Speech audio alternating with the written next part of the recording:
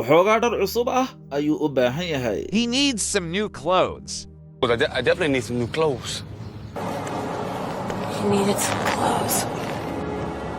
waxaan u malaynayay inuu yidhi wax kale. I thought he said something else. No, I thought of something else. Cocky. Oh, I thought you said something else. runtii waan ka helay ma iibsan karnaa. I really like it. Can we buy it? I really like it. Can we buy it? I really like it. Can we buy it? waan dharagsanahay. I am full. I am full. Actually, I am full. Actually, I am full. kaliya waan kaftamayaa. I am just kidding.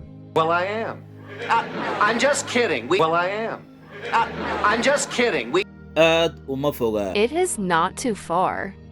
Where is it? Not far. Not too far. isku day sideen ugu dhankana luqadda Englishka fadlan adigu isku soo day commentkana nagula wadaag like-ta iyo follow-da iyo waliba share-tu waa dhankeena 10 taxana waxaad nagala soo xiriiri kartaa WhatsApp numberka yala baayoga TikTok